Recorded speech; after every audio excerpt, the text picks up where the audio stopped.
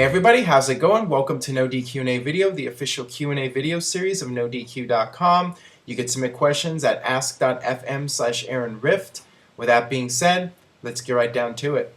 First one today comes from Tom. Hey Aaron, since Undertaker looked in good shape at WrestleMania this year and now doing a six-man match on Raw, do you think that this is a retirement tour to pay back the fans for all the years, or is this just a one-time thing? Please answer in text or video, thanks.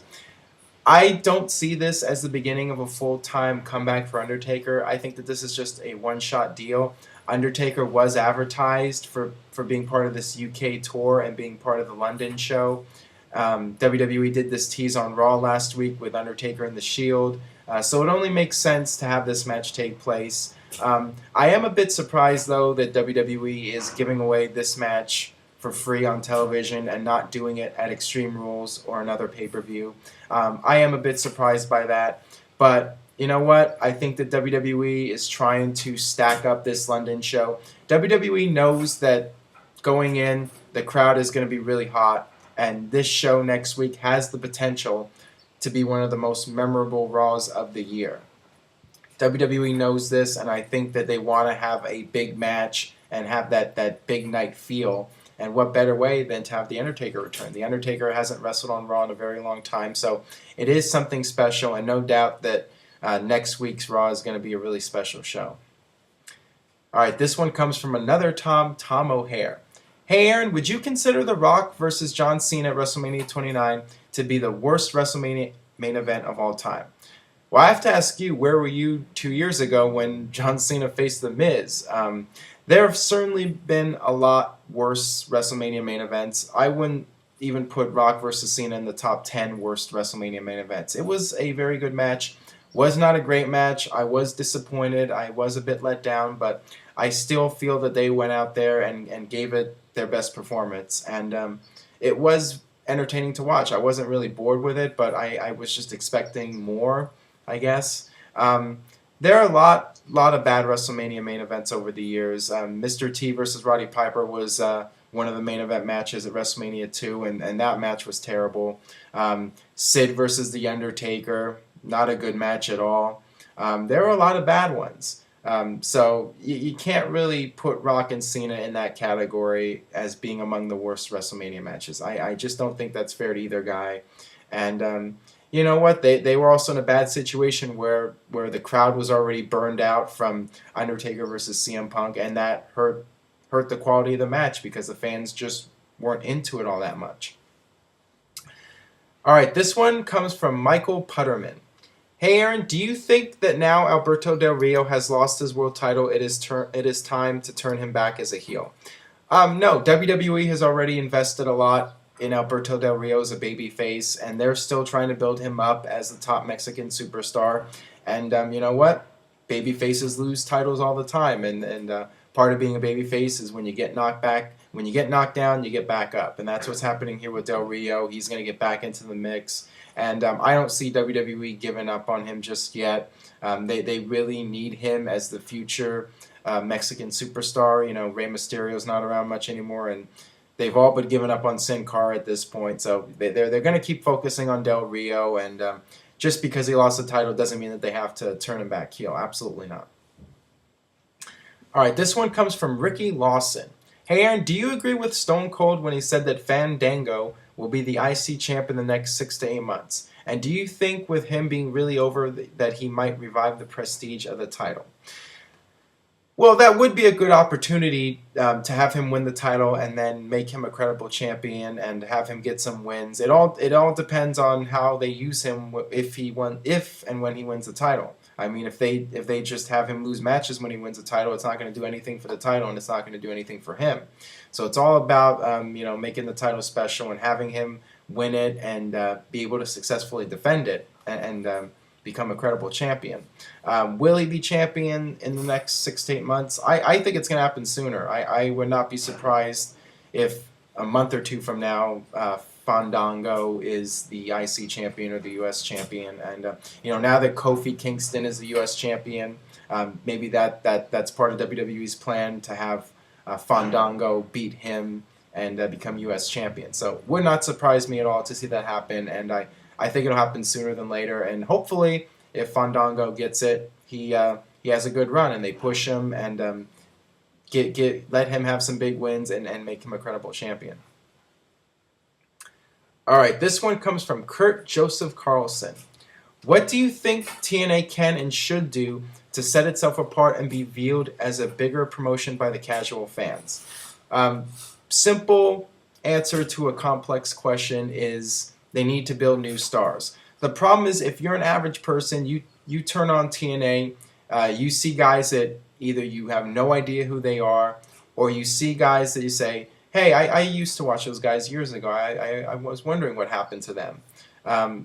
The problem with TNA is that they put too much of their resources into guys that were past stars. Guys like Hulk Hogan, guys like Jeff Hardy, and even guys like Bully Ray. I mean, these are guys that had their best days long ago, and they're living off their names. TNA needs to create new homegrown talent and not just create stars, but market them and promote them as larger than life. I think the problem with TNA is you have a guy like AJ Styles who is a big star in the TNA universe, but when you go outside of TNA, I honestly don't think that too many people know who AJ Styles is. If he was standing in a crowd, I don't think anybody would recognize him. You know, your average person would have no idea who he is.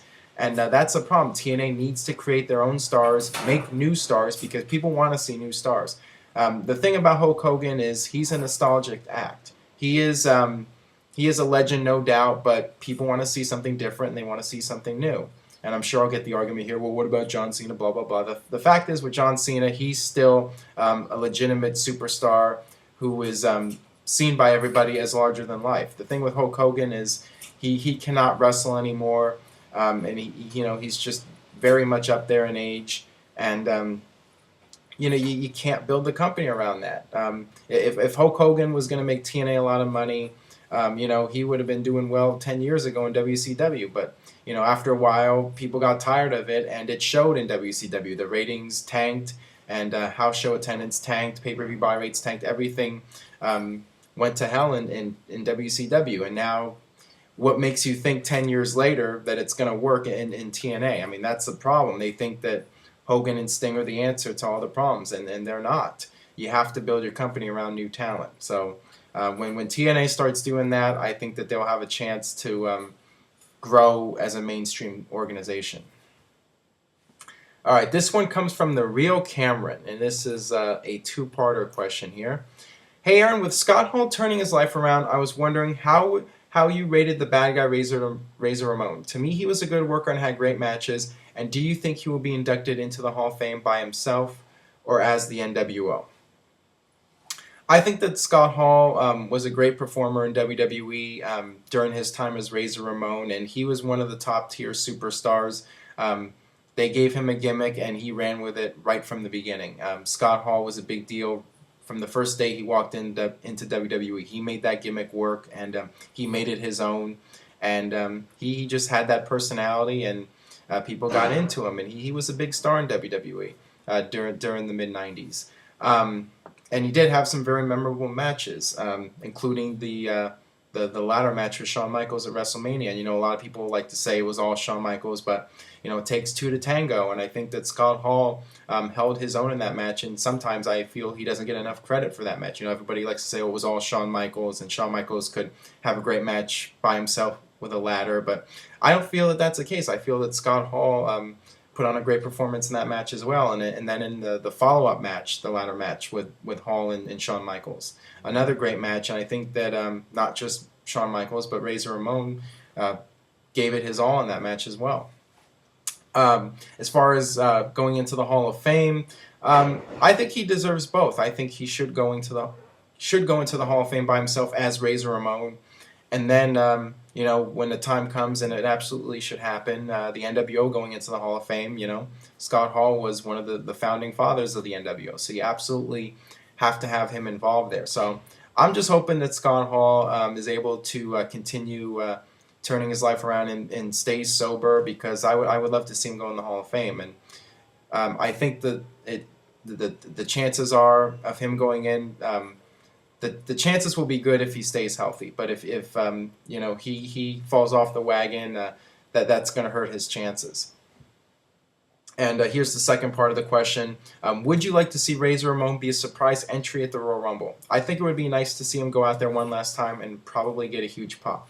No doubt about it. If Scott Hall, Razor Ramon appeared at the Royal Rumble, I think the crowd would go absolutely nuts for him. And if Scott Hall's healthy come January and they decide to induct him into the Hall of Fame, which I think they should. I mentioned this before. People ask me about who should go into the Hall of Fame next year. I think that Scott Hall should go in it for WrestleMania 30 if he stays healthy. And definitely a nice setup for that would be him being a surprise entry into the Royal Rumble. I'm a big fan of the Royal Rumble having surprise entries, and it makes the match more exciting. The match is already exciting to begin with, but it's always cool to have the surprise entrance. So having Razor Ramon come out would be something special for the Royal Rumble. And I'd love to see it. Just like when Kevin Nash returned, that was a special moment. I think that it would be a similar kind of moment for Razor Ramon. Alright, that'll do it for this edition of No DQ&A video. I have a little goal here I would like to reach. The YouTube channel has over 28,000 subscribers now. My goal is to reach 30,000 subscribers by June 1st. And I think that I can reach that goal with help from you guys. So if you could do me a huge favor, just post a link to No DQ&A, post a link to the YouTube channel on Facebook or Twitter. Do whatever you can to spread the word. Word of mouth really does help. So just tell a friend, anybody you know who watches wrestling, have them check out No DQ&A video. And I really do appreciate all the support from you guys. And like I said, with your help, I think that the goal of 30,000 subscribers by June 1st can be reached. With that being said, I will see you guys next time for more No DQ&A video.